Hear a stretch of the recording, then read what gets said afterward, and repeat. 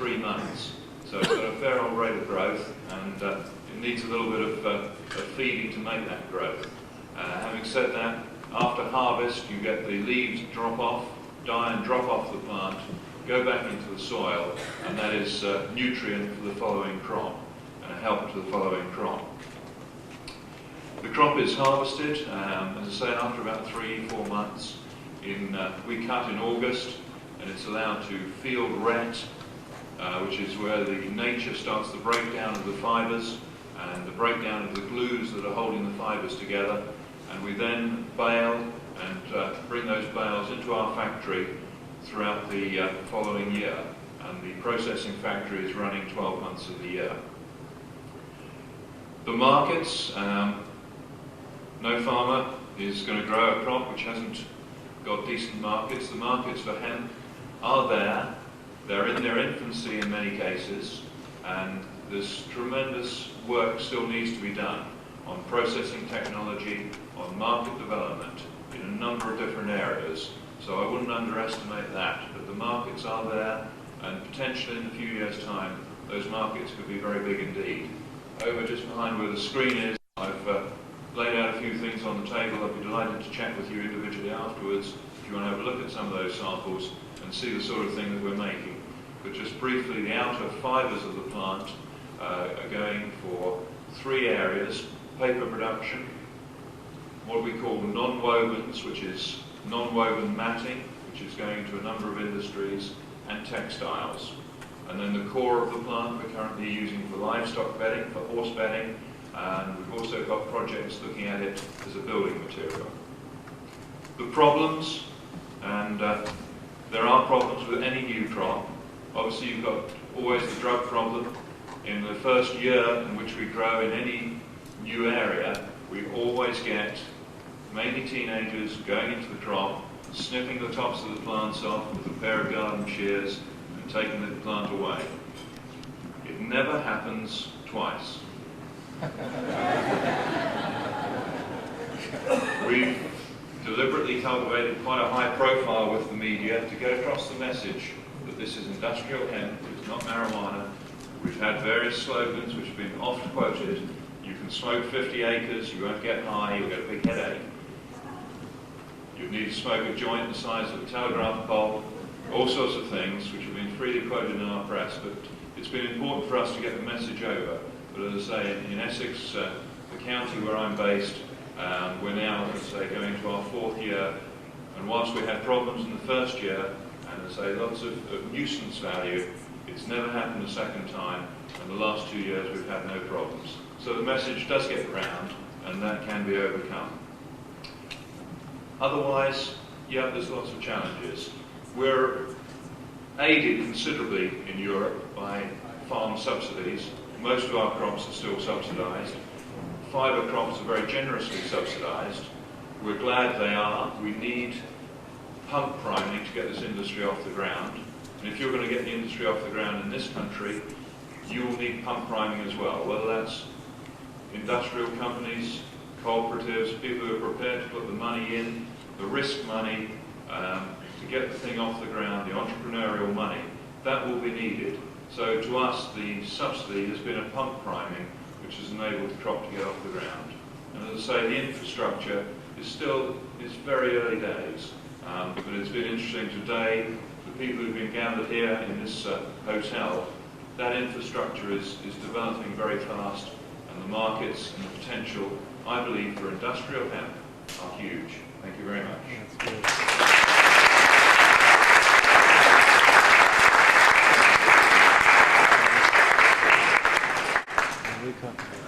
When Ian told the story of teenagers, I thought that a number of people who have flowering crops have things that go in there and snip off the tops. They're called deer.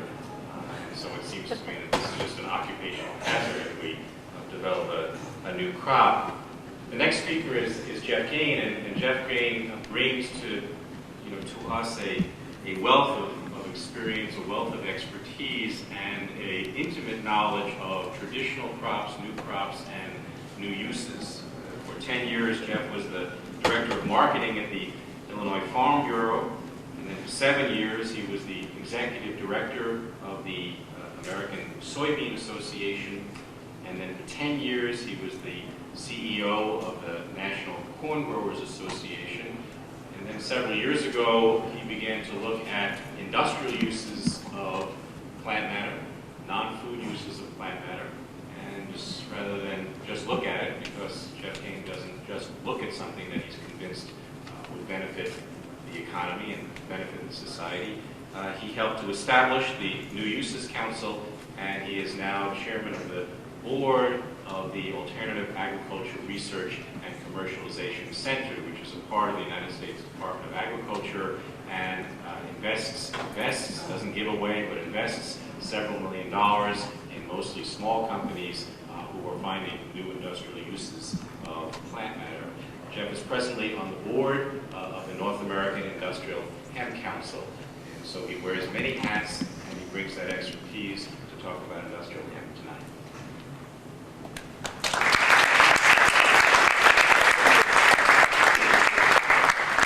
Sir, ladies and gentlemen, I just was thinking, Gail, that I only had about 3 hours sleep last night. You'll have to forgive me. I drove down here from St. Louis after moving my 90-year-old mother yesterday, who was in a retirement home and got better and decided she didn't want to be there and she was going home.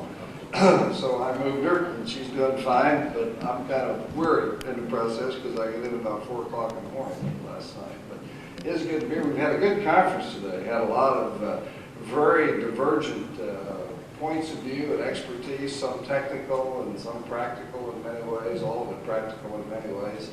But it's been very educational, and that's what new crops and new uses of old crops is all about, learning from each other and seeing what's out there and what we can do.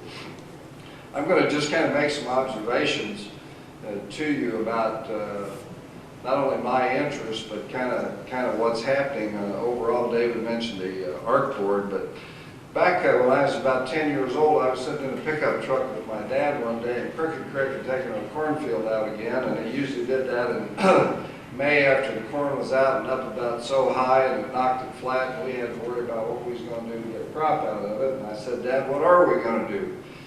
And he said, well, if we're lucky, the crick will get out, and we'll get the brush off of it, and we'll hit it with a disc, and then we'll go out with a wheat drill and drill it solid with beans.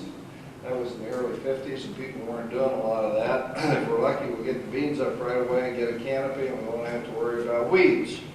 We didn't have a lot of chemicals back then. And it worked, and we had some pretty good beans because we had a lot of other people's topsoil and fertilizer after the flood. That was one advantage of it. But I asked my dad, and we'd been in the greenhouse business, and he'd been in agriculture all his life and studied agriculture. I said, why do we only have soybeans to fall back on? Why don't we have something else? Seems like all we got is corn and soybeans. We need something else, don't we? Yeah. And so we had this long discussion, and I, over the years, developed an interest in trying to find out why we didn't have something else. Jack Block became Secretary of Agriculture. I ran into him at a party in Washington, and he and I had been friends from previous experiences. And he said, Jeff, you were secretary, what would you do? And I said, well, I think I would appoint a group of people to look at options and opportunities in agriculture. We've got to have more choices out here. I mean, that's what it's all about. New crops, new uses of existing crops, not just for bellies and stuff like that, you know, feed and food and that sort of thing. We got feedstocks and fuels that we can make out of these agricultural products. So he did that, and it was called the New Farm and Forest Products Task Force. They had a secretary challenge for him for a couple of days prior to that. But this task force met for 2.5 years, and I had the privilege of serving on that with some very distinguished individuals from in and out of agriculture. And we came up with a report that said we ought to be doing some things different. One was we ought to get back to carbohydrate chemistry, which we abandoned years and years ago after many long and diligent hours and years of work by Henry Ford and Thomas Edison and Billy Hale, who married Mr. Dow's daughter at Dow Chemical, and several Nobel Peace Prize winners and others went to Washington, tried to legislate, tried to mandate the use of industrial crops, carbohydrate chemistry. Let's mandate 10% use of ethanol, they said. Well, guess what? The American Petroleum Institute was formed about that time, and guess who won that battle? Well, 70 years later, we're now starting to teach carbohydrate chemistry again in our colleges and universities here and around the world. And we figured out we're polluting the planet Earth and destroying all the things that we oughtn't to be. You know, back when this decision was made, people, right or wrong, didn't think about what we were doing to the environment. It just didn't. It wasn't something that concerned people. Landfills were not a problem. Air quality was not a problem. Who'd ever heard of the ozone layer? You know, stuff like that. Well, we're getting back to it, getting back to basics, and it's pretty exciting. In 1933, what they actually did is they set what they call permanent farm legislation. You know, when the 90 bill expired, if we had to pass 195, we'd have gone back to the 49 and the 34 and the 33 Act. Well, now we've got some new, quote, permanent farm legislation. I don't believe that personally, by the way. They say it's a 7-year bill and we're phasing out and so on. Well, actually in about 2 years, when we got a new crisis, you know. We have one every now and then in agriculture, it seems. But anyway, what we've done is we've set about a process over the last 70 years of systematically downsizing U.S. agriculture, haven't we? We've, at one time, we were one of, about 15 years ago, 2 major exporters into the world market. Now there's about 20 countries around the world that export into the world market. So we got competition. That's good. They can feed themselves. But we didn't do what we should have in the meantime, and that's learn how to use our most valuable resource we have, which is agriculture, and how to do it in a friendly way that was friendly to the environment and to our pocketbooks, quite frankly, because they're all compatible. And we can grow stuff out here and make things out of it that we use, and then reuse it and put it back in the environment and complete the life cycle, right? It's pretty simple. I mean, once you figure it out, it took us a long time to figure it out, though, didn't it? Norman Borlaug, who was a Nobel Peace Prize winner for wheat, I ran into him at a reception. I don't just go to receptions all the time. I understand it sounds like that, but I do go once in a while. And I was talking to him about hemp, and he's a pretty interesting guy, fascinating guy, and he said, you know, he said, we're really stupid about a lot of things. He said, that's the oldest known commercially cultivated crop in the world, the history of the world. He said, you look back, that's the oldest crop that's been cultivated as far as records go back. And he said, we don't grow it here in this country or hardly anywhere in the world. And he said, we really should. He said, we're stupid. That's a great crop, a lot of uses. And I said, would you be willing to take an advocacy type role and write a letter maybe to the president or circulate one in the Congress or wherever we need it? He said, absolutely. He said, anything I can do to help. You're going to hear a lot about why it's a good crop, and we already know that. So I'm not going to talk much about that, except I am going to tell you that there's a lot of interest for a lot of reasons in these crops. And I'll give you one very specific example, which I used this afternoon. And that is, there is a supplier of automobile parts for interiors and vans in particular, but automobiles and trucks and all kinds, for Ford, General Motors, Chrysler. Listen to that, Ford, General Motors, Chrysler, Honda, and Toyota. This one company supplies all of them under kind of 3-year contract. They bid it every 3 years. And Detroit's goal is to have a car, what they call a green car. One is you can tear down and reuse it or not throw it in the landfill, you know, and won't pollute and stuff with it. Take the battery and the motor out and stuff, and then you got a car you can grind up and use again. And their goal is 2002, but the president of Ford says they want it by 1999, and they've told this company that they want these interior panels that they make, the sidewalls, the package trays, the dashboards, and so on, made out of some material. And they're looking at hemp and canaf. And I know that either one would work, but hemp probably has the best immediate potential and probably the best long-term potential just because of the natural resistance and the agronomic factors around the crop and so on. This one plant for this one demand will require 40,000 acres of production. And that's just for these very simple applications. And I was talking to a couple of guys from the main office after we'd been in this meeting talking about it, and they were chit-chatting back and forth, and one of them says the other, he said, you know, if we can make them sidewalls out of it, we could probably make this other thing. And they said, yeah, we can make that, we could probably make this other thing out of it too. And they got, you know, going back and forth. But the point is, when you start looking, it's that way on the farm or whatever you're involved in, you think of other applications. One idea gives you another. One market opportunity gives you insight into some other.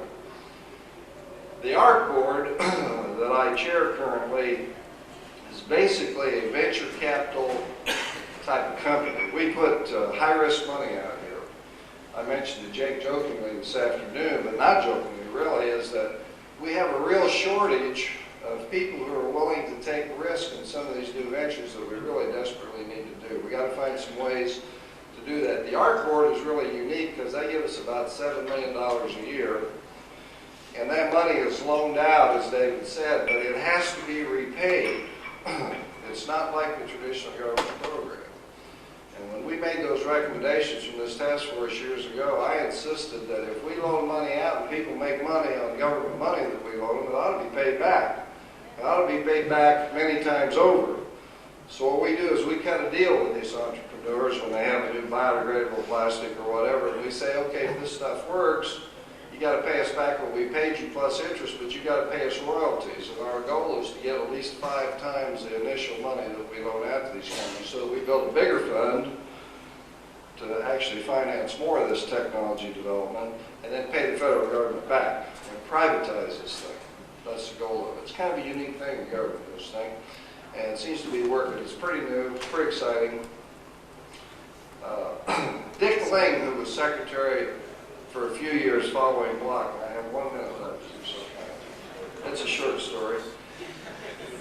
Dick Lang attended a corn growers convention when I was with those folks in St. Louis, and he gave an example. He said, imagine yourself in a spaceship, and you're circling the planet Earth, and you go over the Midwest, and you look down, and you see this corn belt. Of course, it was a corn growers convention, so he said corn belt.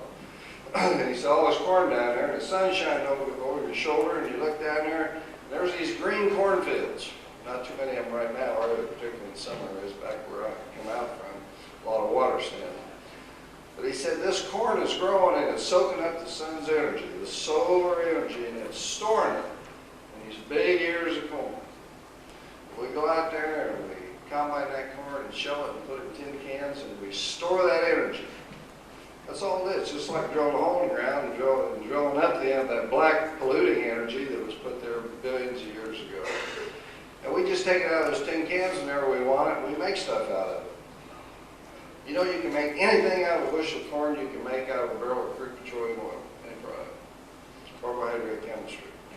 Same thing is true with hemp, canaf, waiuli, metaphone, all these new crops we can't hardly spell and don't know much about yet. But we're learning. It's pretty exciting. Peter Raven, the director of the Missouri Botanical Gardens, told me recently at a reception that out of all the plants we know about in the world, 30,000 plants in the world, there are only 30 that we grow commercially and produce and make products out of. And there's 30,000. So we got a lot of room to grow and learn and figure out ways to put agriculture back to work, to help the environment in the process, and do a darn good job of it, and create real economic growth and development in this country. So that's kind of what this is all about. This time we're talking about hemp has great potential here in Kentucky and lots of other places. And good luck with it. I'm looking forward to seeing this thing really get up and running.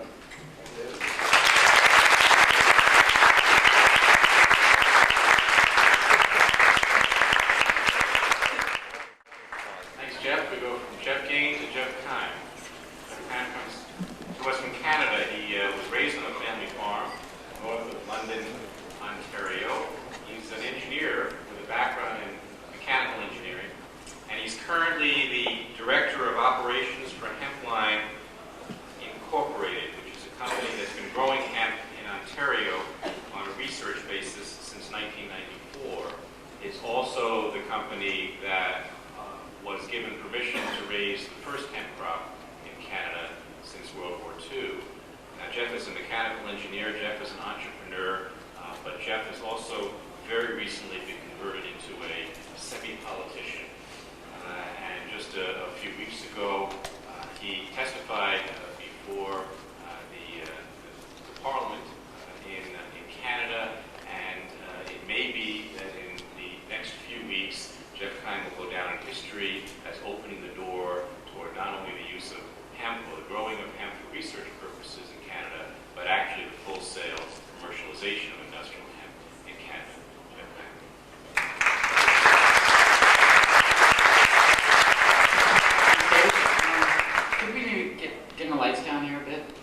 some slides I'd like to try and show you. Before I get going here, I'd just like to thank Joe Hickey and the Kentucky Hemp Growers Cooperative for putting on this event. It's certainly nice to see such a fine collection of people interested in this topic. I've been working with Joe for a couple of years now. We brought some of the materials that we've grown up in Canada under research down to the United States. 5,000 pounds it was actually this past September. And that was with permits issued from the Canadian government. Everything was fully legal right through the border, and they've been doing research with it down here. As Ian was commenting on about the extensive history down in Kentucky on hemp growing, I've been interested to find out as well the extent of the trade relations between Ontario and Kentucky that was taking place up until the Prohibition in the end of the 30s. It was very common that Kentucky would grow the seed crop and then sell those seeds up to Ontario, and we would then grow the fiber. And that was happening for a number of years now. Let's see if we can get things moving here on the projector. There we go. One of the last plantations in Ontario before Prohibition was that of Howard Fraley's in just not too far north of Detroit. He grew hemp for about 25 years to great success. Here you can see him harvesting with some equipment that he had helped develop in conjunction with International Harvester. He was a real pioneer in developing new processing technologies, and much of that was actually being used in, I think, some of the processing mills in Wisconsin. Now, after Prohibition, in, as I said, the end of the 1938, I think, was when they stopped growing it. Very little work was done on growing hemp or even any research up until about the early 1970s, when in Ottawa, Dr. Ernie Small, then working for the Department of Agriculture, grew 350 different strains of cannabis on their downtown agricultural plot. And from this work, he concluded that there were very distinct differences of the strains of cannabis he was growing. And he concluded that varieties under 0.3% THC, which is the psychoactive drug in cannabis that I guess is being regulated, and he concluded that under 0.3%, these were very distinct fiber varieties, and that was really their only use. So it was this work that was a cornerstone of our licensing efforts in 1994. We basically pointed out to the government that they'd already proven that there was a difference between marijuana and industrial hemp. And after quite a bit of work and research development proposals being submitted, we were granted the licenses you see over here. It was quite a lengthy process, but it was successful. They gave us, they allowed us to grow 10 acres in 1994. The next year, in 1995, we increased our acreage to 18. At the same time, there were field trials going on right across Canada in Manitoba, Saskatchewan, and Alberta. And in this year, in 1996, we're seeing about 7 different groups right across Canada, again in Ontario, Manitoba, and Alberta, growing a combined acres of 35 acres. Now, this year we've seen a collaborative effort within the Canadian government to try and streamline the whole licensing procedure. Now, I might add that these licenses are only for research, and that we're not doing this on a commercial scale yet. But at any rate, the government has speeded things up. They're working together. It's originally it was Health Canada that was controlling the issuance of the license, and they've brought in representatives from Agriculture Canada, the Justice Department, the Royal Canadian Mounted Police, and they basically speeded everything up, and they're doing quite a good job, I might add. It's also sort of important to note the hard work Agriculture Canada has been doing. I'd like to make mention of Gordon Reichard and Nicole Charest, who have really gone out on a limb, I think, in some regards early on to really help this get moving along in Canada. Now, some of the work that is being done is basically straight variety trials. So we're just planting different seed types from around the world, mostly from Eastern Europe, some French varieties as well.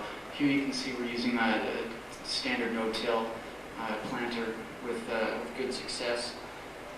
Ian was mentioning the importance of getting a good seed bed and getting a good start on the crop. Here we can see a couple seedlings that are about 1.5 inches at that stage. In the past, we've had some problems just because the licenses were coming quite late, that we were getting the crop into the ground later than we would want, running into some difficulties with moisture. And as a result, we were having some problems with weeds, but we found that if you do get it in on time, that you don't have to use any type of pesticide. There we can see a shot of the row spacing at about 7 inches. We're using a standard wheat drill. Here's a shot of down one of the rows after the stand is well developed, and you can see along the bottom a number of leaves and the foliage materials falling off as the canopy grows and shuts out the light to the lower leaves. And this is sort of is a benefit because many of the nutrients taken out of the soil by the crop actually are returned to it as it grows and after we cut it down. There's a shot of just a hemp field right before we're about to cut it. You can see there's some distinctive yellow plants in there, and those are the male plants that are just about to shed the pollen, which is right around the point in which we want to cut it. Now, I'm continually asked by people, what's to prevent somebody from sneaking into that field and planting a marijuana plant right in the middle? Well, first of all, I defy anybody to find it if they did that afterwards. We're planting the densities at about 300 plants per square meter, so it would be very difficult to find it.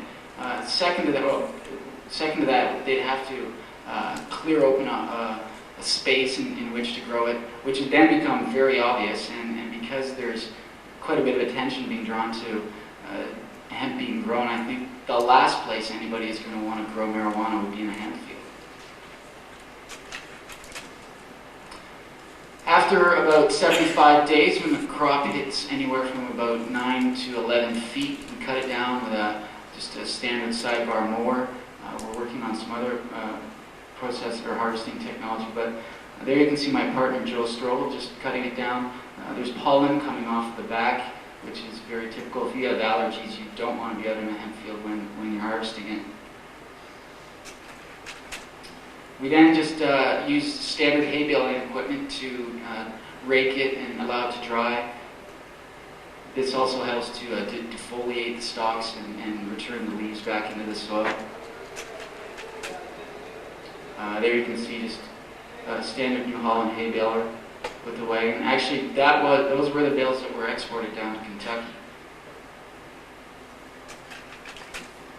And this is all being done so that we can get the fibers from the stalk, which is really, I guess, what our interest is in. Some of the hurdles that we're facing and trying to overcome are the lack of the primary processing in order to do that. It's traditionally been one of the bottlenecks in the process, and we've heard today about a lot of the work that's being done in developing new equipment. And that's really an important component of this becoming successful in North America and in other parts of the world, as well as developing new harvesting technologies. The other important thing, and it's been mentioned by numerous speakers already, is the need for product development and testing and doing research and trying to get maybe some non-traditional products into place. Car panels, these types of things have been discussed, and those are probably great ideas. Now, as David was mentioning, there's a bill before the government right now, Bill C-8, which, if passed in its current form, would give the Minister of Health the regulatory power to implement a commercial licensing structure. In short, that means commercial hemp growing will move ahead in Canada as soon as the bill passes and as soon as the Minister decides that he'd like to see that happen. As the bill is written right now, the definition of cannabis is so broad that all of the derivatives, whether it's a piece of paper or a shirt or anything like that, is considered a narcotic. And this has caused us a lot of administrative headaches and red tape as we've had to get licenses to move the materials back and forth from our storage facilities to somebody who wants to do work with it. It's actually easier for us to send it to the United States to get the research done to eliminate that paperwork. Well, we decided that there was one last attempt at proposing an amendment to Bill C-8, and we basically just copied some of the existing legislation right out of the definition of marijuana in the United States, where you clearly exclude the fibers in the stalk. And it is not a controlled substance down here because you recognize the commercial importance of it. So we just copied that rational concept and implemented or proposed that amendment to Bill C-8, and it's been picked up by a Liberal senator and is actually being moved forward. So we do stand a very good chance of seeing this pass, and if it does, then it really does, it opens the door for, I guess, the development of a commercial hemp industry in Canada.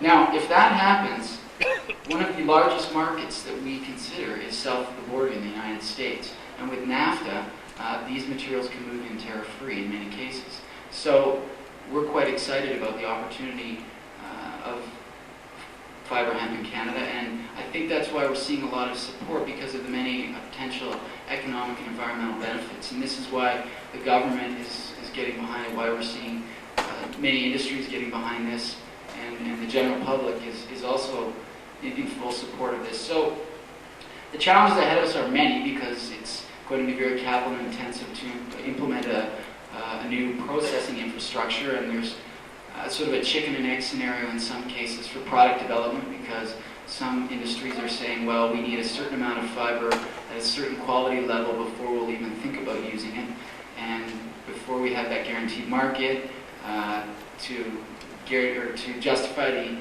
expenditures for equipment, it's difficult to go forward with that. So somewhere along the lines, there's going to be some risk taken, and we're going to try and move forward. So with that little note of 1 minute left, I'd like to just conclude by saying I look forward in the future to renewed trade relations with Kentucky and Ontario, and hope that we can work together to develop hemp as a natural renewable resource in North America. Thank you.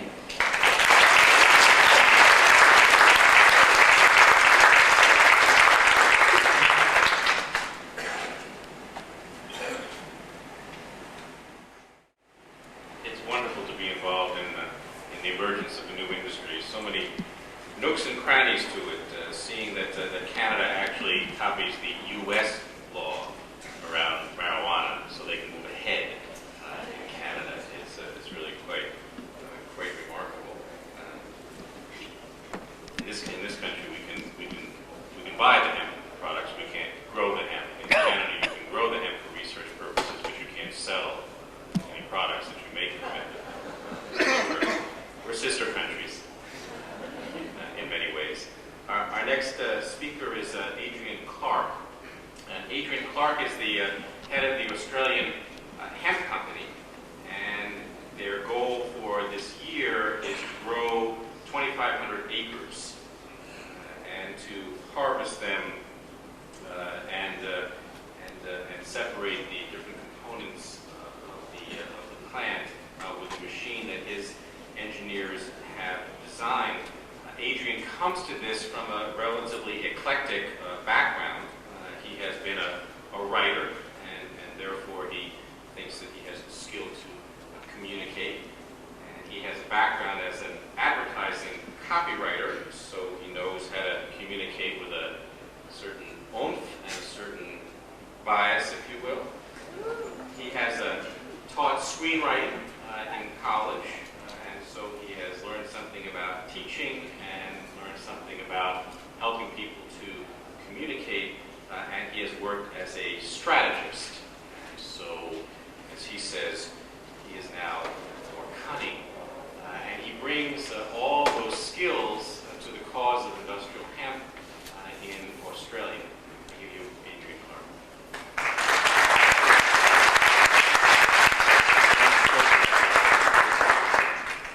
Thank you very much. I must thank Joe Hickey too while I'm here. The background to hemp in Australia is almost identical to that of America, the recent background that is. The laws are almost identical. We have the same problem that Canada has, in that we can grow it but we can't sell it, but we can import any amount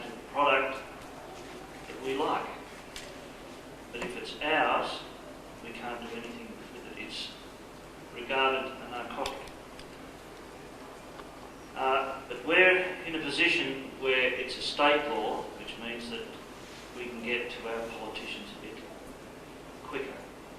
It's not federal as it is in Canada. I did start lobbying in the state, but not my own state. I thought that the left of politics would be more interested in industrial hemp and freeing up the market, and I was told very quickly by all of the state Labor governments and the federal Labor government that we had at the time, they didn't want to talk to us and what was the value of a hemp that it didn't have any drug in it anyway. So I took a chance in desperation and I spoke to the leader of the then opposition, the Conservative Party, and I met him at a convention. And I marched up to him and I said to Mr. Howard at the time, I said, "John Howard, did you know there was a hemp with no drug in it?" He looked at me and said, "No drug at all." I said, "That's right, a hemp with no drug in it." He looked very puzzled. He said, "Do you know what that means?" I said, "Yes, I do, but do you?" And he said, "Yes, that means we can have that industry back again." And I said, "What do you know about the industry?" He said, "Well, Australia was settled to grow hemp. The British couldn't get it from America anymore because they just revolted. Didn't like the English anymore. The English couldn't get it for their Royal Navy from Russia anymore because of some other problem the British had that stood on a few toes over there. And they didn't have anywhere to get it. And this funny little sailor had come back from way down south and said, there's this big country that's good for growing hemp. So they packed up a whole lot of ships full of convicts and hemp seed, and there was Australia. So I suppose we have to thank you for your Tea Party for creating Australia at all. Mind you, if the British hadn't taken it when they did, it was likely that either the Russians or the French would have. But they grew their hemp there for about 60 years and supplied the Royal Navy until the Russians relieved their animosity and blockade and they could buy it from there again. And then we went on to other things like wool. So the man who told me that is now our Prime Minister. So we've got some good support in Australia.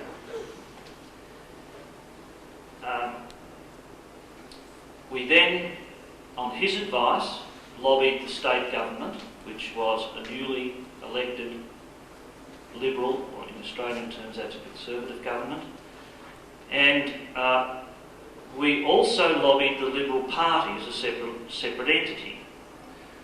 And my brother Tony, who's up the back there, formulated a motion for the Liberal Party state convention in July of last year.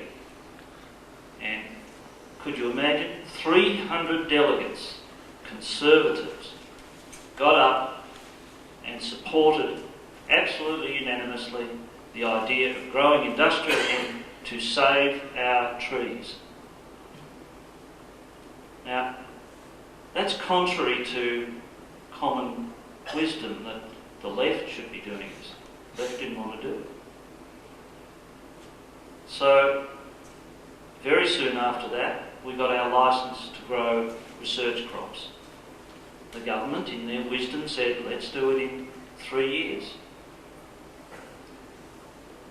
Because they didn't think we could develop an industry that quickly. We grew it, and while it was growing, I've developed an industry. I've got companies that want to buy hundreds and hundreds of tonnes a month. But of course we can't give it to them yet. So now I'm lobbying for this year, rather than wait another 2 years, to grow 1,000 hectares to supply some of that industry.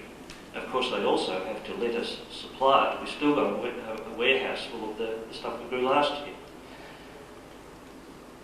Australia is a very fertile country in some parts. Our hemp grew in 60 days. Now, we've got the reverse seasons to you. They're freezing down there at the moment. You've got summer coming on. We started planting in September. We get 2 crops in before Christmas, and we'll get another crop in after Christmas. So that's 3 crops, averaging around 10 tonnes a hectare, or so it's about 4 tonnes an acre. That means that if the prices hold that we've been discussing with the various people who want to buy, a farmer will earn roughly $2,000 a hectare for each crop. Now that's pretty good, particularly since they've been growing tobacco and they want to get out of tobacco, particularly in the place where the Ovens Valley, it's called, where we want to grow. So that's where we're up to in Victoria. We're lobbying very hard, and we've proven to the government we've got a market and we can grow it, and we've got lots and lots of farmers, hundreds of them ringing us all the time, who want to grow it. In other states, they did a test crop in South Australia. It was a failure. I think they must have forgotten that we're in the southern hemisphere and you don't plant in April, we plant in September. And they said, gee, it just grew to 3 feet in flower, and that was it. We found out subsequently that the cotton industry was behind that test.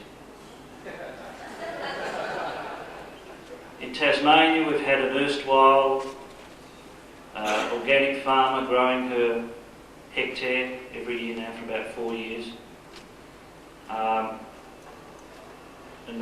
her crop, I think people are beginning to buy it now for research purposes, but Tasmania's a little island and it's a bit remote, and it's not on the mainland and there's no industry there, except of course for the paper industry. Queensland, they're our deep north. They don't want to know. New South Wales is about to have 10 tests the way we did in Victoria. The Australian Capital Territory, which is a tiny little place, they're about to pass a law. It's either this week or next week, allowing for industrial hemp to be grown, but it'll be a Pyrrhic victory because there really isn't any land to do it. Western Australia, which is about half of Australia, they'll be doing test crops. We believe they'll be doing 20. Very diverse land. You need about that much to find out the agronomics of each section. I've been thinking, what advice out of my experience can I give to you in Kentucky?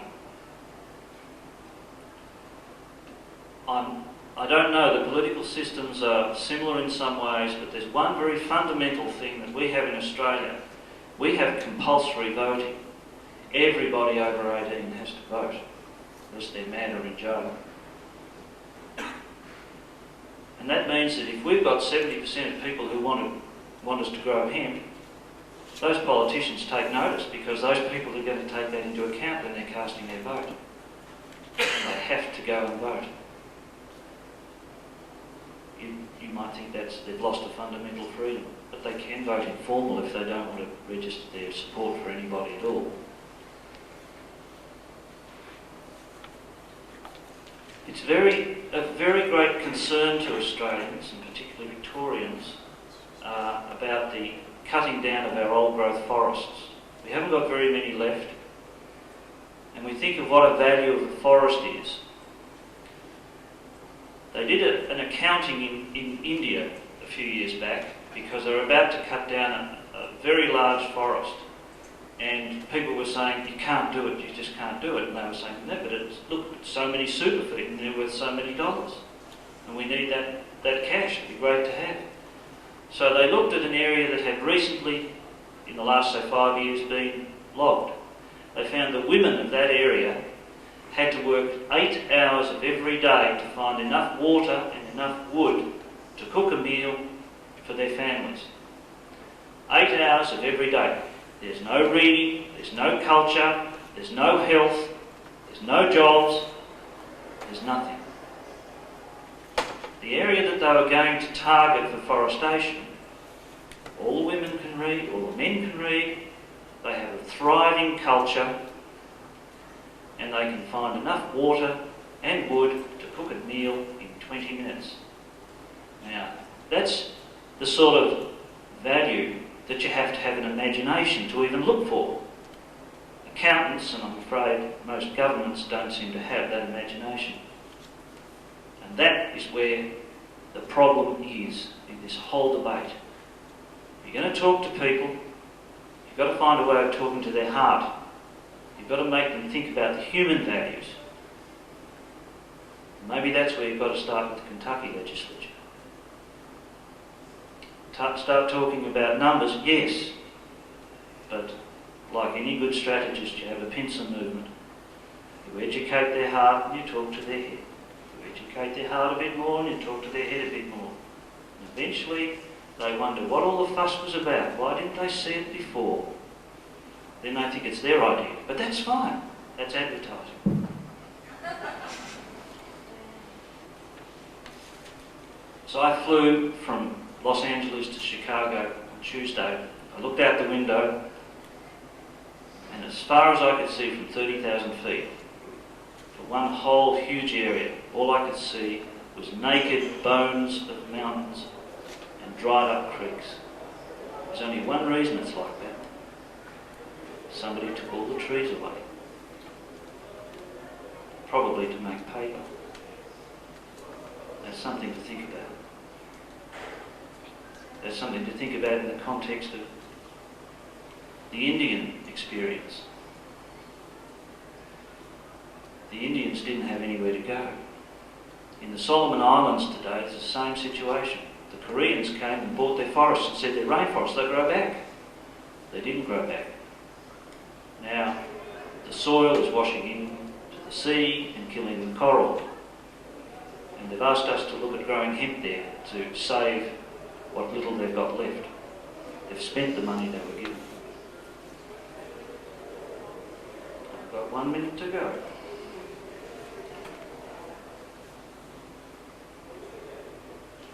In Australia, our hemp, when we're finally allowed to grow it, which I hope is this year, commercially, because of the nature of it, provides instant high value income to the farmer.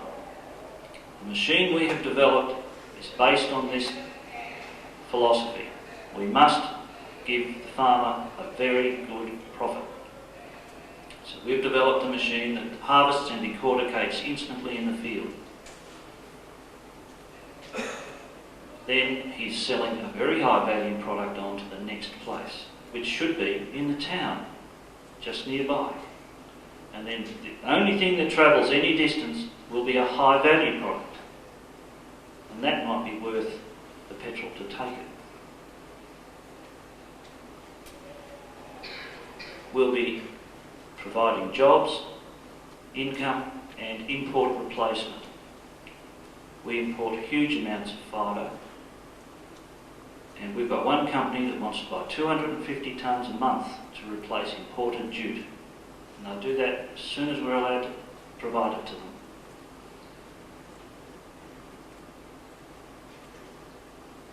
I think I'm running out of time. I'll leave it there. Thank you.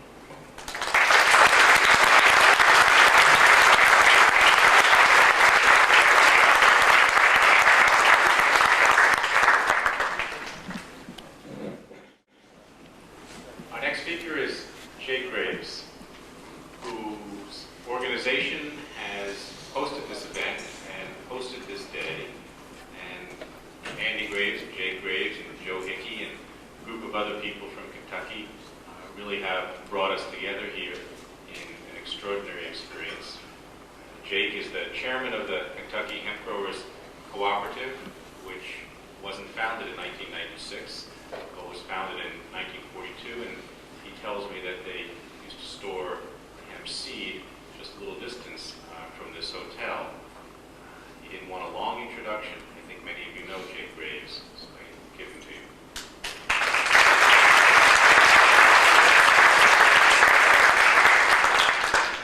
I don't know how many have this agenda book. It says the past, present, and future now. He said I got a short time. And the best I can tell you, if you're really interested as a Kentuckian, is go to the library and get a copy of Mr. Hopkins' 100 Years of Hemp in Kentucky. Now we've got another book Mr. West got out.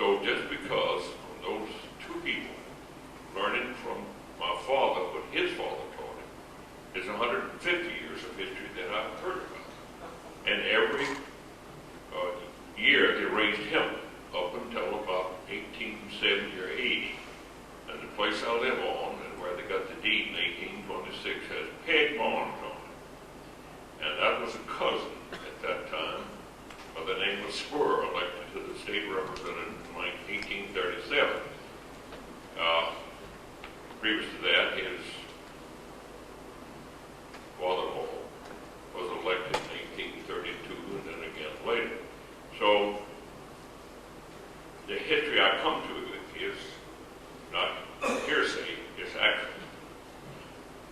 It's not what I read about Dr. Hopkins, I've heard about it. I've heard, and you can go out here to Henry Clay's place and see where he introduced the original livestock, some of the earliest thoroughbreds, and he was a champion for Kentucky hemp. Now, enough of that type history. Now, the Second World War, it's been very profitable to Kentuckians to raise hemp. And in intermediate time, we raised the best hemp seed to be shipped to Wisconsin for industrial fiber production, principally. The higher quality seeds came from our area to make fiber hemp, as well as in Missouri. And it was raised, and I've been there, I watched it harvested, I watched it planted, and helped to buy it on the Kentucky River in 1941. The H.C. Glass Company, which had been in business 100 years or more at Camp Nelson on the river, came to my father with the thought that if the Manila hemp, which was what took our business away from us, about the time they got right new laws and meddling with this matter in Washington, if the Philippines were to fall, and at that point it sure looked like we had trouble, then the only place to get the seed was here on the rivers where they'd been raising for generations. Now, to raise hemp seed is a cultivated plant. It grows very large, and it has leaves at every level. And the females produce the seed, providing you leave the male to pollinate. Now, we later learned, some smart out somewhere, if you take the male away, then you don't get seed, but you get marijuana. Now, you don't get confused. When you're eating popcorn, I doubt if you get into a conversation about whiskey. And they're both from the corn plant. Now, I think you should be able to talk to anybody that has a reasonable intelligence about a plant and its multiplicity of uses. Pass. Right here, Dad got all the hemp seed. He financed it as a banker farmer. And they sent a troop of the United States Army platoon that took it over and it was stored right over here in the edge of Rupp Arena and the Heritage House and the flour mill there. Lexington Roll Mill, that's about old enough to remember. And he said, I can't stop you from taking my hemp seed. I've turned down selling it for 3 times the price I was offered. Because I want to raise hemp. I know how to do it. I have the equipment, and I'm having the hemp breaks made now. And we have men who can process it. So he raised a very profitable crop early, and then after the government commandeered his hemp seed, and along with his tobacco warehouse, along with where Avon is located, 3 properties Father owned, they commandeered under war power. He didn't feel bad about it. He thought everybody ought to work to win. We had the same priority as the naval yards and Louisville, the same priority as the head of the Army Depot at Avon. So you can see how desperately they need it. So here we commandeered by law this. Now, how does the government propagate hemp seed in order to get a hell of a lot of hemp seed the next year so we could raise jillion acres of fiber? Now, why do you need all that? They thought they were going to have an armada to go to Japan. And also, they had discovered by taking a rug take hemp and make a rug cross stitch like that. The U-boats were shooting holes in the side of the ships we were sending to England, and they learned you could drop that rug over the side, and as soon as that water hit it, it would swell up and stop the water from coming so fast that the pumps could pump it out, and the boats could let it to some port. So it was desperate to get it. And that's past. Present really is a socio-political problem, and it's strictly a political problem. And it comes about by lack. I think there's an awful lot of honest and decent cops out there and sheriffs chopping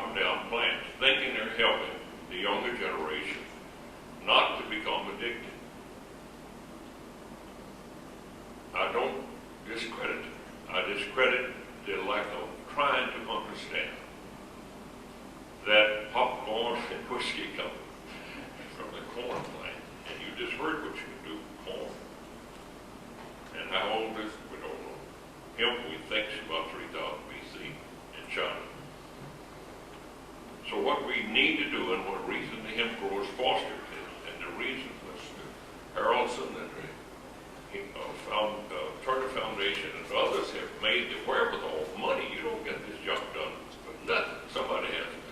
And most of these people came with their own money. Present. The present is to learn the truth in such a fashion that you can talk to people and get beyond their unwillingness to listen, or get beyond their misinformation to the point they can be empowered as political bodies to at least stand up and say, and this is what we want in Kentucky, the right to do research just the same as they do in Canada and in Australia. Now, mind you, most of the world is raising this stuff. You take the majority population of the world, and they're raising it and using it. And people who make these products have had to buy them out of China. And you'll hear later about the people who are selling about $20 million worth of equipment to the Chinese to make this cloth. Future, if you get a chance, if you have to go to the library and rent a book, a magazine called The Economist. And it'll tell you how one 23-year-old engineer, computer engineer, scientist, in school at the University of Illinois has turned the total information society upside down. And even got Rich Gates, the richest man in the world, scratching his head, how can I? Now, this is possible in agriculture with his approach, looking at the industrial use of this vast, wonderful earth we have. Raising, Henry Ford did. He wanted to help the farmer in 1936. He took the work that George Washington Carver did on the peanut, extrapolated, paid the money, and got the University of Illinois and others at Cairo, and the 36 Ford had dashboards and steering wheels out of soybean. Mr. Joe Strobel's parents were peasants in Hungary. He's gone back and found the village. They gave them the land and settled them out in Saskatchewan and said we didn't freeze to death. And when the dry weather came, we didn't burn up, but we survived. And he taught school 39 years in Toronto and has gone back and found the villages in Hungary. They're still using hemp butter. We call it peanut butter. They use hemp butter. Just the same. Put it on a piece of bread this morning. Have a sandwich with it. If a product will feed you, clothe you, and shelter you, and yet we refuse to take a look at it, we need your help. We need you to think about it. We need you to talk about it. And go to church and talk about it. And go to any political person you know and ask them, please take a look at this with me. And you will help yourself, and you will help the environment, and you may make a lot of money for some of your family as they come along. I imagine it'll take Kentucky down building. We're a whiskey state, we're a smoking state, we have a lot of beef, and we've got a whole lot of people that think all those things will hurt you. We make the whiskey, we tax the hell out of it. We help get the Constitution amended twice to stop drinking. Then we had to admit we made a mistake. We're ambivalent.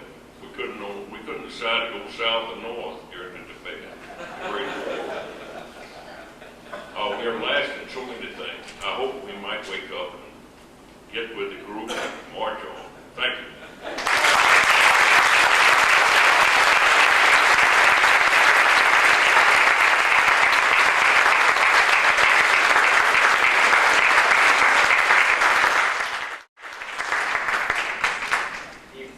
Even if I've got a tough taskmaster, we're sort of running a little late, but I'd like to have 20 minutes, 25 minutes of questions and answers. You've heard the story about Thomas Edison and the chemists in the biological car. There is a remnant of some of that work that's around. The chemist who worked with very young chemist who worked with Henry Ford at that time, who had two tasks. One is to take the soybean protein and try to make it into a like fabric for seat covers, which he never quite succeeded in doing. And the other was to hand Henry Ford the axe that he used to hit the trunk of the car to see whether it worked. And for a number of years, the axe went through the fabric and the fibre, and then he'd say, "Well, Robert, you better go back into the factory and back into the lab." Well, after World War II, that scientist continued his work, and in the middle 1950s, he invented the soy burger. So there is some remnant, some edible remnant, unfortunately, not industrial remnant, if you will, of the Henry Ford bilateral car.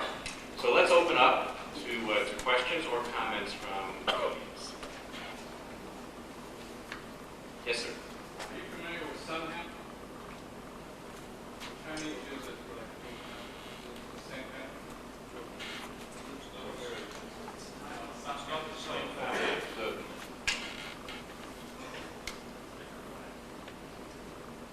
David, do you know about it?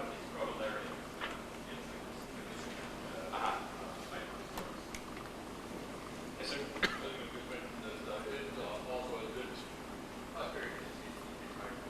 It also has been a Corollary. paper was presented by Colonel Ironside at a Philadelphia Philosophical Society in 1774 on Indian use of paper on something else.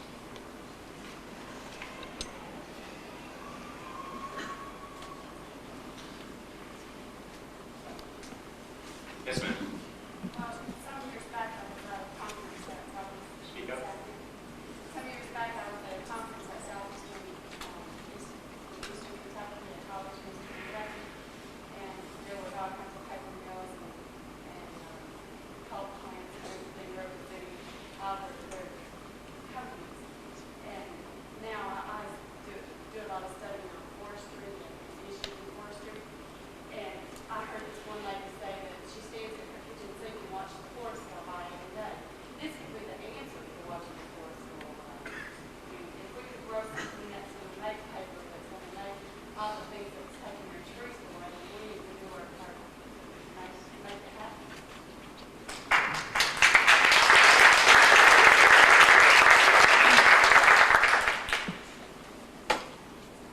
Comments are welcome. My name is Julia Williams. I'm a community farm alliance, and I really like what you had to say, Adrian. I think that we've really got to keep the heart in this industry if we can get it started. And I think that along those lines, one of the concerns that we need to have and I've heard address is keeping the crop a small scale crop that can be grown by small scale farmers that's not going to get taken over by a large scale agribusiness industry like so many things have, that just running small scale farmers off their farms, and turn it into this huge mindless industry. I'm wondering if there is anything that can be done during this process of trying to get it legal and trying to get it grown to ensure that it will remain a small scale kind of crop, sort of like along the lines of tobacco. Has anybody given that any thought? Have any thoughts on that? I'd like to answer that. The reason we have designed our harvester decorticator the way we have is specifically to do that. It's to make it so that the small farmer can make a significant profit out of a small crop. He value adds right there on the farm. He doubles the value in the act of harvesting it and decorticating it through our machine, which does it instantly and at once. And that is the philosophy behind that particular design. We could have gone the other way and harvested it and taken it away and read it somewhere else. The machines would have been more expensive. And it would have taken the profit to some other centre. Whereas doing it this way, the first profit is to the farmer right there on the farm. And it's a significant profit even on a small 10, 20, 50 acre farm.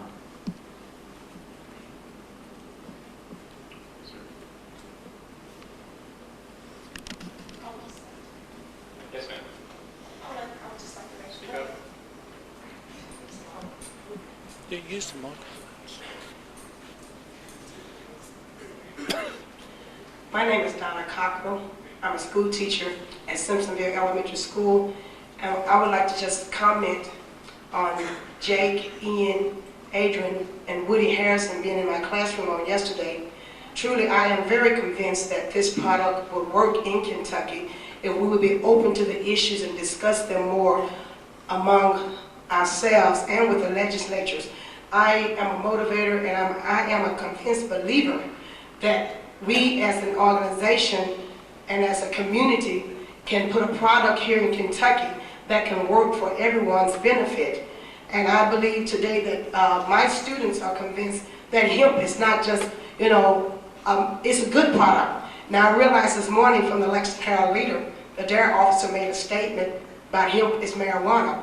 It could be a bad product, but I've told my students that it's bad in that way. But we can make it a good product and a good resource and a good source here in Kentucky. So if we would stand behind Jake and all the others who are promoting this issue in Kentucky, I think we can move forward and not go backwards. Thank you.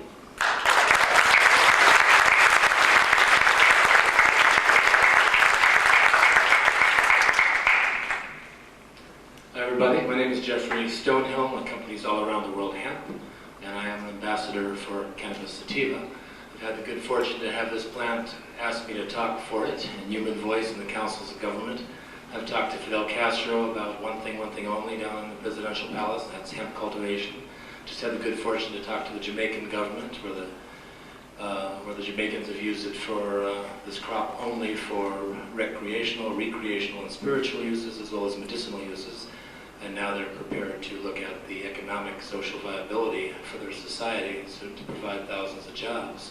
It's really in the 100th monkey category.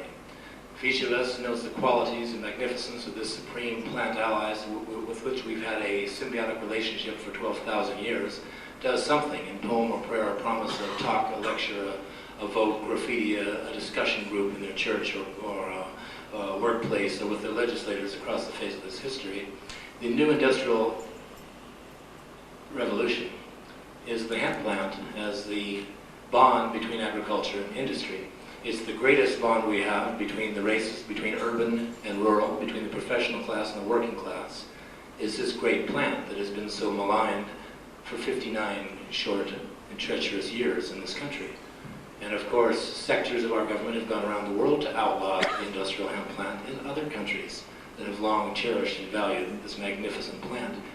So just briefly, I just urge each and every one of you in the nature of your nature, however you work, however you sing and dream, to do whatever it is in your power to do to bring this plant back into our supreme ally in the plant kingdom. It also has 8 amino acids. It is our chief protein source in the plant kingdom, except blue-green algae and soy, and has more digestible protein than even soya. So, empathy duda, hemp hooray, and do whatever you need to do.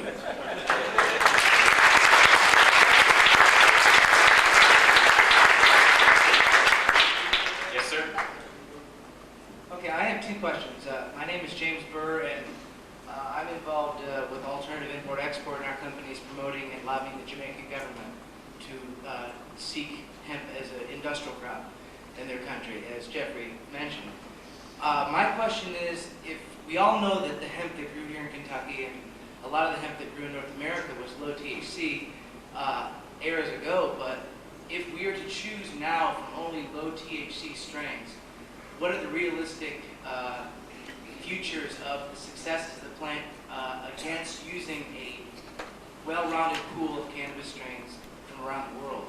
And 2, we've heard a lot about the production of hemp in the temperate climates around the world, but what about the equatorial climates where we can grow crops such as this 3 times a year? And is any of this going on in any of the temperate or equatorial regions of Australia? I'll answer that last question.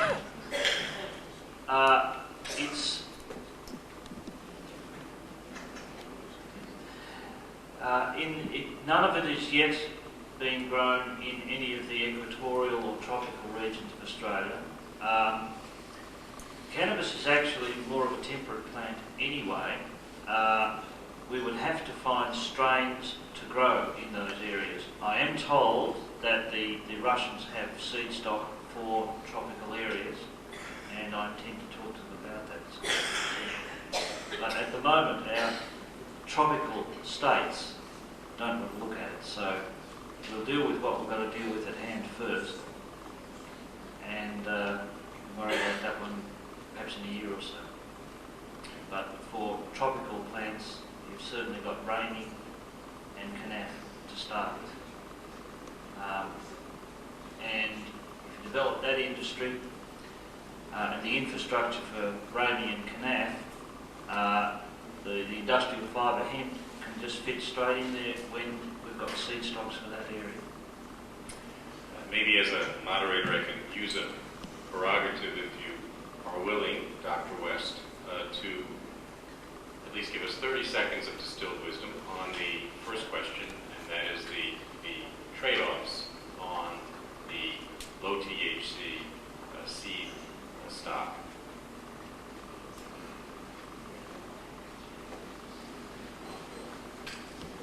The trade-offs. I'm not really sure where to get into that question, but I think we should recognize that the seed that was grown, I'll give you a little history, maybe that'll help to address the question. Up until 1850 in this country, we grew European strains of hemp. After 1850, missionaries sent hemp seed from China. A rule with hemp is that if you want to grow it for fiber, you can move it north, but you cannot move it south because it is affected by day length. If you move it south, it will flower too early on you. So the symbiosis that existed between Kentucky and Wisconsin was that Kentucky produced the seed and Wisconsin grew the fiber. It would not flower up there, and they could maximize their growing season. Now, right now what we're faced with is the fact that we have lost all of this unique germplasm that was developed here in Kentucky and came to be a variety of hemp that was unique and was called Kentucky hemp and had its roots in the Chinese. It probably also was a result of hybridization that would have occurred between the Chinese and the European strains when they mixed here in Kentucky around 1850. So Kentucky hemp, as it came to be called, and that was the basis of the American industry, now is effectively extinct. Of course, the only remnant that we have of it is the material that grows wild, feral hemp, that we are so bent on eradicating. It is actually a genetic resource like any other genetic resource and should be preserved as such. Now, if we wish to grow this crop again in the latitudes of Kentucky and of the United States, we're going to need germplasm that is appropriate for our area. Right now, we're bringing germplasm over from latitudes that tend to be around 50 degrees north latitude. They are not appropriate. They'll flower too early. So we really need to bring in material from China to be, as we did after 1850. We really need to bring in a collection of germplasm from around the world. Some of that will have THC values that are above 0.3%. And so we do need to have some flexibility as far as germplasm accessions. Is that what you're looking for? Yes, and one of the marvelous things about today, and about the people in the audience as well as the people on the panel, is that you can ask a question and you can get yourself one heck of an answer.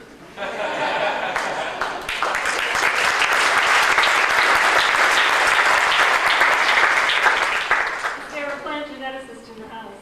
Yes. I have a question for. I'll answer that first question.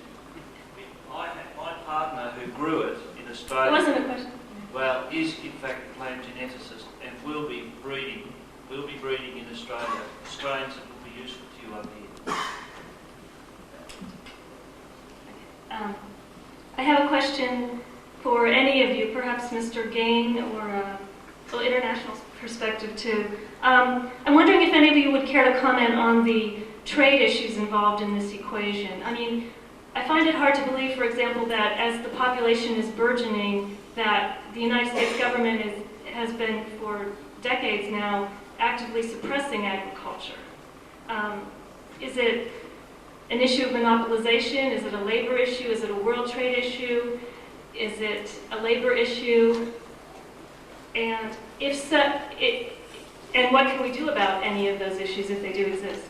This will be the last question before we switch to the next panel. Jeff? Well, that's a tall order. There's a lot of factors involved. It's largely political in many respects.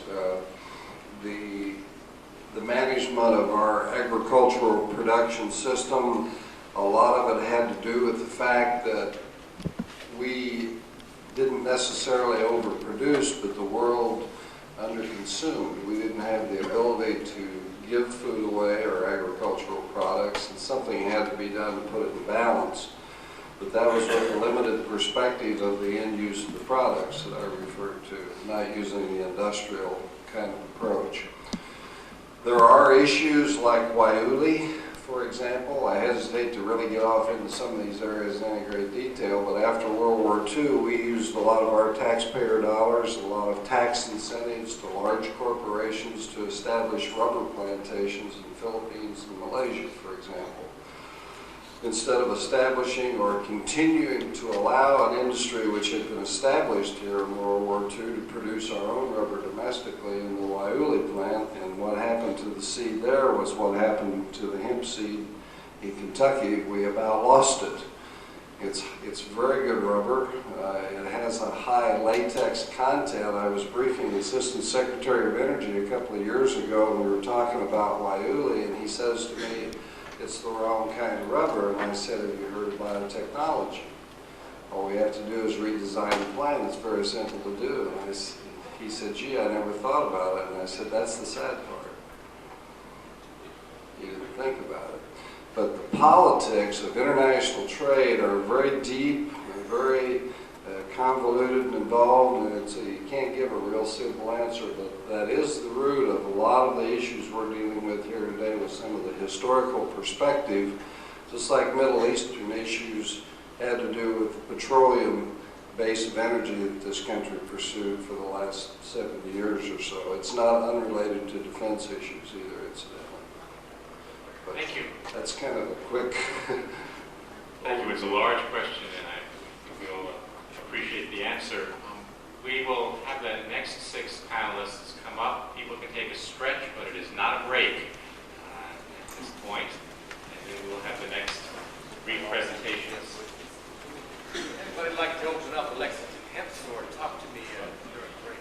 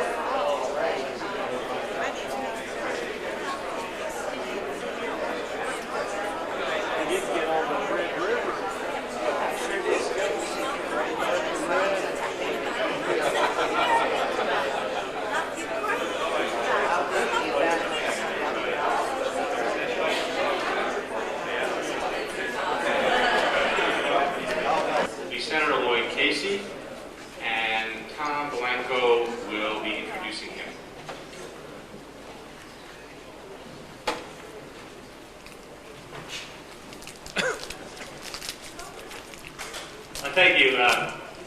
My name is Tom Belenko, and for the last few years, I've had the pleasure of working with Senator Casey in Colorado on the Industrial Hemp Production Acts that we've run the last 2 years there. And I know that you are getting ready to do this, and you're gathering a lot more public support than we started with. We didn't have any big kind of meetings like this. We just kind of thought it was a good idea, and by some miracle, there was a senator out there who thought that it was a good idea too. So much so that he was willing to sponsor it, put his name on it, and put it before the legislature. And, you know, 2 times we put it before there. First time, everybody laughed at us. We got 1 vote at the first committee hearing. And, you know, we didn't give up, though. Senator Casey kept his heart in it, told us he had no question that he would introduce it the following year. Of course he would. Came back the next year. Colorado wasn't alone this time. We had 4 other states introduce similar legislation. We didn't make it again this year, but we got all the way through the Senate this time. That includes passing through both the Agricultural Committee and the Appropriations Committee.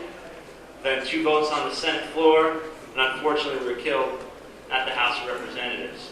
But Senator Casey's been carrying it since then. Unfortunately, he's going to retire at the end of this year, but it's too bad the bill that does finally pass in the United States doesn't have his name on it, but we certainly know he's a part of it. So, Senator Casey.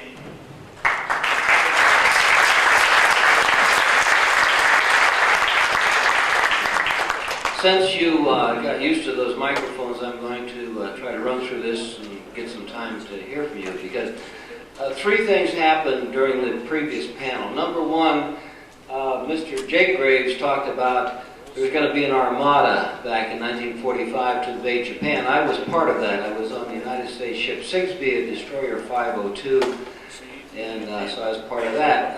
Mr. Kine talked about exporting bales of Canadian hemp grown on his farm to the United States. That kind of hit me personally because I had a bale of that in the cubicle of the state capitol in Colorado, and it got absconded by a local cop.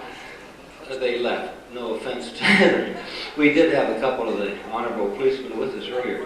I shouldn't use the word cop, but I do. And the third thing that happened was that, and this really blew my mind, Mr. Clarke from Australia said in Australia, people are required to vote. So let's say, all right, you get 95 to 100% of the people participating in the government. In 1992, in the presidential election, that was the same year I was elected to the Senate in Colorado, but at the presidential level, the whole United States of America, 37% of eligible voters participated in that responsibility. That's a goddamn shame. You folks are the government. The people in this democracy are the government. People like me who say, okay, you know, I'll take a shot at it. I'll put my body out there, my name, and if you want to vote for me, fine and dandy. So, you know, one or the other of us get elected. We represent you. You are the employer. I am the employee. In 1994, a guy named Tom Belenko, who is one of my employers, came to me and told me about industrial hemp. He said, 4 acres of trees, which take 10 to 20 years, depending on where you plant them and what kind of a tree, produces X tons of fiber to make paper. 1 acre of industrial hemp will produce the same tons per acre, and you get it every year. Simple math. 1 acre, X number of tons every year. 4 acres, X number of tons, 10 to 20 years. I said, hell, that sounds good to me. You are my boss. You employ me. I work for you as your elected representative. That certainly makes sense. I'll run the bill. So, you know, I've been a loyal employee of one company or another for 44 years. I got out of college in 1950, so this was 94. So I responded to my employer. You want me to do that? Yes, boss, I'll do that. And in '95, we managed to get, as he said, one vote at the very first hearing, and it was dead and gone. This year, not only Colorado, but Hawaii, Missouri, and Vermont got into it, and everybody got further than we did in '95. So it's moving. In 1997, there should be at least 10 states who run bills. I'm sure we can find 10 other people like me and Fred Maslach and Senator Howard in Missouri and whoever it was in Hawaii to take that initiative and it will happen. I am absolutely convinced that when 1997, let's see, what is this? This is June? Well, it's May. Tomorrow's June. By this time next year, there's going to be at least 2 states where it's legal to grow industrial hemp. I'd bet money on that, so you can name your price. I'll stop at $20. That's as high as I'll go. So I want you to use the mics. You're the boss. I'm your employee. You know, I come from Colorado, but the system works all over in the 50 states, so I'd like some folks to go up and get to these mics. There's 1, 2, 3, 4 of them. At a political convention, hell, people are already lined up, you know, saying, well, you're going to do this, you're going to do that, you're going to do something else, you know. All that pandering and rat crap that goes on during campaign. That's another reason I'm not going to do it again. I can't stand the thought of doing that again. Because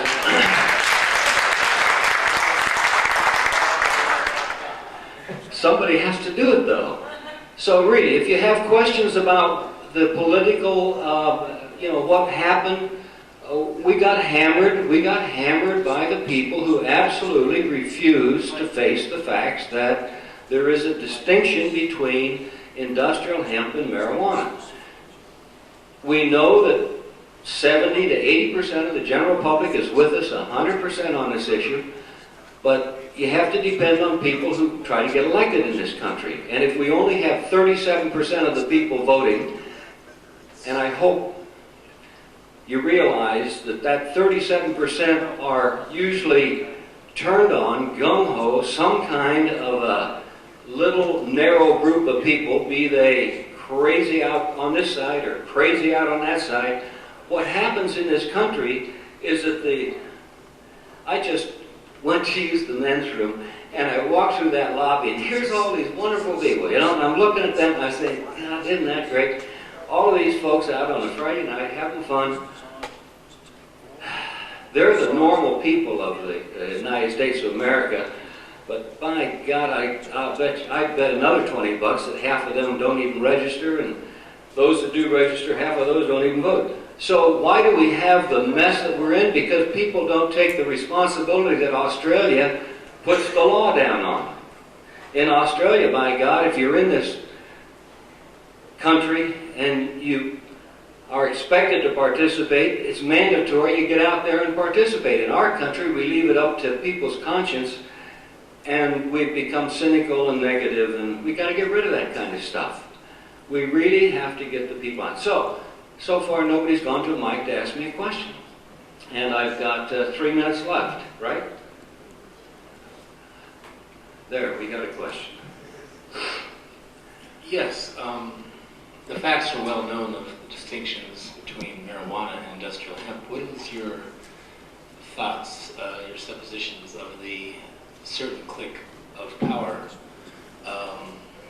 particularly within the DEA, as to the modus operandi and who they work for and the whys of the $180 billion illegal drug industry of which they're a great part?